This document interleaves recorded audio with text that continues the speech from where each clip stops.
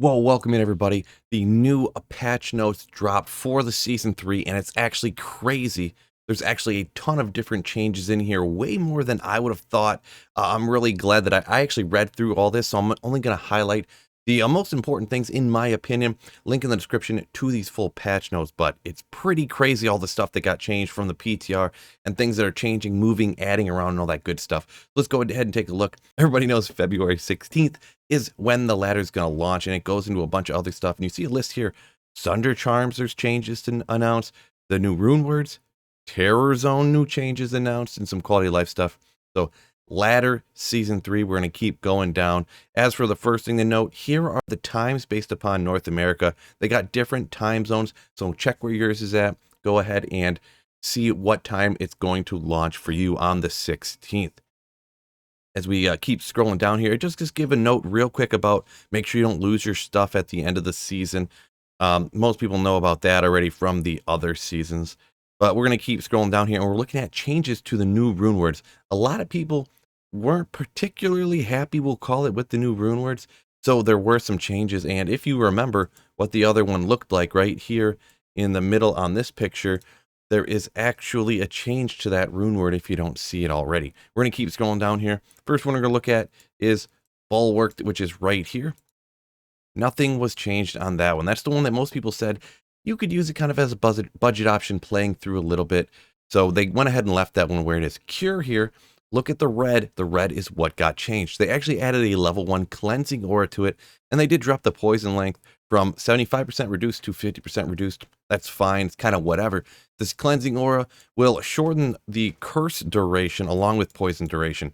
So that's perfectly fine that they changed that. They added this. I think that's a good boost. I don't think it's going to be crazy endgame GG godly, but it's a thing that will be useful. Sometimes those curses seem like they last 750 billion years. So now they're getting a cleansing aura to help out with that, just for a Shale, Io, and Tal on the rune word Cure. So very interesting to see what types of uses the super smart people out there can come up with. Moving down the ground, nothing was changed on ground, so we're not going to really go over that one. Here we are on Hearth, and yeah, you see it right here. Cannot be frozen was added to Hearth. So Shale, Io, Thul, it still has the cold res and the cold absorb on there, stuff like that, but cannot be frozen. So pretty interesting. Maybe something you can throw into a barbarian or druid helm that's got the skills on it, and bam, you also get cannot be frozen on your character. Not, once again, not the most craziest endgame GG, but something that can help out players, you know, on a playthrough or after the playthrough. You can't get all the best gear in the world. Keep scrolling down. So that's an interesting one. I do like adding cannot be frozen to something. So here we got Temper. Nothing was changed on Temper. Still got the fire absorb on it. So keep moving down past that one. Hustle. Wow. This thing's got a million changes on it. It can be in any weapon or any armor. Let's go from the top here. So in armor for Hustle with the Shale QoL, 65% faster walk run instead of 50%. So they bumped that up to make it even more faster walk run. Yes, I say it backwards. That's perfectly acceptable. Don't worry about it. On the increased speed, they doubled that from 20 up to 40. So getting it more up to in line with something like a Treachery's increased attack speed. So getting it actually, having it on an armor, there's another way you can get increased attack speed and movement speed. We got hit recovery's always been on it. They actually added +6 to evade, which I suppose can help out of survivability a little bit. That never even pondered to cross my mind. But there you go. You got evade on that one. This stuff stays the same. GG, 50% slower stamina drain. Legendary. Love that one. And then 10 to all resistance. So you get a little resistance boost on the armor as well. Moving down to the weapon now. Get this all in here. There's a lot of stuff in a short area. So we have 5% chance to cast now. Instead of level 9 burst of speed, it's only level 1. I'm not sure how much that changes the speed, or is that just less duration? So let me go ahead and look that up real quick, actually, and I'll get right back to you. Okay, yeah, I'm looking at it right now, and actually level 1 burst of speed's increased speed is actually only 21%. The run walk is 23, and for 120 seconds, for only 2 minutes. A level 9 was 216 seconds lasting, so over 3 minutes, like 3.5 minutes. The walk run was 50, and the increased attack speed was double what level 1 is, all the way up to 44%. So it's not going to be as much of an increased attack speed, or a walk run boost on your weapon, and it's going to last significantly less time. So it seems like maybe it's less of going to be a pre-buff. It looks like, I'm speculating here, they wanted to take it away from a pre-buff as much and move it to more of a weapon you're using. And that would be kind of right here. You actually see they're adding a level 1 fanaticism aura to it. So that would help out you, that'll help out your mercenary and everything. And fanaticism increases damage, attack speed, and stuff like that too. So it looks like they're trying to move it away from a pre-buff item and move it towards more of an item that you're literally going to be using on your character, throwing it on your mercenary maybe. If you want a fanaticism aura instead of a insight for an Act 2 mercenary, something like that, you could throw this on, because it's any weapon, Act 5, you can throw it in Act 1, you could throw it in Arium. So they went ahead and added more enhanced damage, so 180 to 200 instead of 130 to 150, and everything else there staying the same with some increased attack speed already on the weapon, and this stuff down here. So we'll go ahead and move back down. That's very interesting. I think that's going to be kind of good on any melee character. Get your fanaticism aura. You can double it up with Act 2 mercenary. You have might and fanaticism for, you know, any type of, if you're going frenzy barb, if you're doing a boazon of any kind, if you're doing, you know, whatever. So, and you still get a little bit of burst of speed for a little extra movement speed and attack speed in there. So very interesting. Mosaic, I'm going to be honest, I have less knowledge on melee assassins than most content creators on here, so I'm not going to do a whole lot of opinion here, besides just tell you what the changes are. I did hear a lot of people saying they wanted the chance to use a finishing move charge, move from 25 to 50. That way, if you had 2 of them on, it would be 100% chance you didn't use one, and that's exactly what they did. So now if you did dual wield this at a Mal, a Gull, and a Thull, excuse me, you'll never use up any of those charges. So, and then right here also, when a finisher is executed this way, it is now refreshed the expiration time for this stack. So that's the way I would assume it would be. I guess maybe there was a glitch, or maybe they just didn't think about the way it was programmed or whatever, but there now, those charges will stay on there. It's got this other stuff here, and it looks like they added a bunch of stuff here. They added lifesteal, they added cold, lightning, and fire skill plus damage. Now, the way that this works, I could be wrong, but I think technically the mercenary, or the traps, excuse me, are considered, can't remember what it's called that the traps are considered, but they're not actually dealing your damage.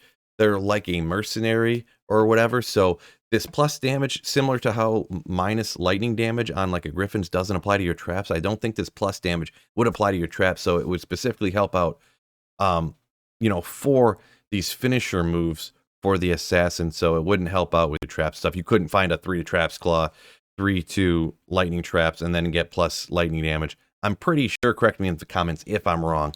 Like I said, I'm not a melee assassin expert, or assassin expert really, for sure. Noticeably here though, they did remove the cold damage. So if you did take out a monster with the finishers and it was not one of the cold ones, this way your corpse would not shatter. You could throw down a death sentry, and then that would pop the bodies. So I do actually like that change right there, and that's actually a very intelligent change that I'm pretty happy with right there. Metamorphosis right here. Now they changed the bonus to attack rating up to 30. More attack rating for melee characters, definitely want it. And this is under Mark of the Wolf. Down here under Mark of the Bear, they didn't necessarily change that, but when you go down a little bit further, the 25% chance of crushing blow no longer is attached to the Mark of the Bear. So I don't know if that's saying, I guess, that the item now has 25% crushing blow just on the helmet itself. I suppose that's what it's saying. But it was still all right before. Cannot be frozen, 10 all res, strength, vitality, some stuff like that. And I believe this is saying that it now just has 25% crushing blow on the helmet, and you don't need to get Mark of the Bear to get it. It's already on it. So that's a pretty interesting change also. Once again, moving down here, there's actually still a lot more interesting changes. I'm trying to go quick here. There's a bunch of different stuff here, and they kind of give, under the developers' notes, the idea of what they want to do and why they did it exactly for all the rune words. Feel free to come and read through all this, but I'm not going to read everything they say word for word. But right here, the 7 rune words and a handful of Herodic Cube recipes were added in the ladder season 1 can now be used in non-ladder online game modes. Now, all this stuff did work for single player already, these older rune words, but now it's saying in non-ladder, you can now make them. So keep that in mind when you're talking about your flickering flames or whatever it is like that. And they list them right here: flickering flame, mist, obsession, pattern, plague, unbending will, and wisdom. And also these cube recipes that aren't really used a lot, but there you go. Here's one that's going to make a lot of people excited. Dun, dun, dun, dun. Sunder Charms. As adventurers keep an eye towards the floor, cut through hell's legions, Sunder Charms can now drop from fallen foes all non-classic game modes. So this is everything non-classic game modes is single player and non-ladder. You just can't in that classic mode that they have. Right here, they got it listed on February 15th. The change in terror zones, a variety of quality life changes and fixes will be updated. Terror zones. Here's another one that's going to make a lot of people happy. So to spice things up further, we've made changes to terror zones. Terror zones are now available in offline games. So terror zones are coming to single player. Color me corrected, everybody. I didn't think they would be. Here it is. Terror zones now in single player. Everybody can start cheering, jumping around, watching this video right now. They said the offline terror zones will operate differently, a different schedule than online, but the functions are the same the otherwise. So once an hour, I guess on single player, it's going to be changing, but you just won't, you'll be able, when you get on single player, you won't know which one's going to be happening, I suppose. Remember, you can now receive Sunder Charms as a drop in offline terror zone games too. So now you got terror zones on single player, you've got Sunder Charms on single player.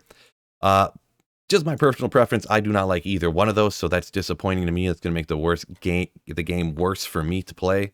But I know everyone else. I'm in the vast minority on that one. So congratulations to y'all who wanted that. Down here, they did change a few of these terror zones, and I'm going to note some of them because they sound interesting. Underground Passage is a pretty big area, so they're adding Dark Woods and Underground Passage together, which is interesting. The Black Marsh and the Hole, I don't know about the Hole specifically, but the Black Marsh, I believe there are no lightning immunes. That was a great spot to farm with the Nova Sorceress. Now hitting that after when it's a terrorized zone is going to be kind of cool, I'm going to be honest. Jail and Barracks, so making the jail area and now adding the barracks to it. A little bit interesting change there. I'm not going to read over all of them, but the ones they changed. Ancient Tunnels is coming to terror zones now. Very interesting. Got rid of Currus Sewer, added Great Marsh. Great Marsh can be okay if you ain't. I think you can get gloams there, essentially souls, which is devastating. Currus Sewer's out. Everyone hated that one, so there you go. Down here, this one's incredibly interesting. Bloody Foothills, Frigid Highlands, and Abandoned. This Abaddon, that is one of the red portals, so you can get in there and farm that. I don't like that area. It's kind of small and monsters are real strong, but Bloody Foothills and Frigid Highlands combined as one terror zone is huge. Huge. The monsters in general are not tough there, and it's massive. So that one's pretty interesting. Adding the red portals to the Ares Plateau here and adding those two together, also interesting right there. So we're going to move down to some quality of life changes down here. Some of these are pretty interesting as we keep going. A very important one here also under the assassin here. So the assassin traps now benefit from -2 enemy resistance. So notice it does not say plus right there, but it says minus. So even though the things like the griffins, the minus enemy lightning rounds didn't apply to traps, now it does. So that's now fixed. I think that helps out the assassin quite a bit there for the traps and stuff, whether it's minus fire res, whether it's minus lightning res for the fire or the traps ones right there. And this one's going to make everybody happy. Well, not everybody, but a lot of people. We're looking at the sorcerers here.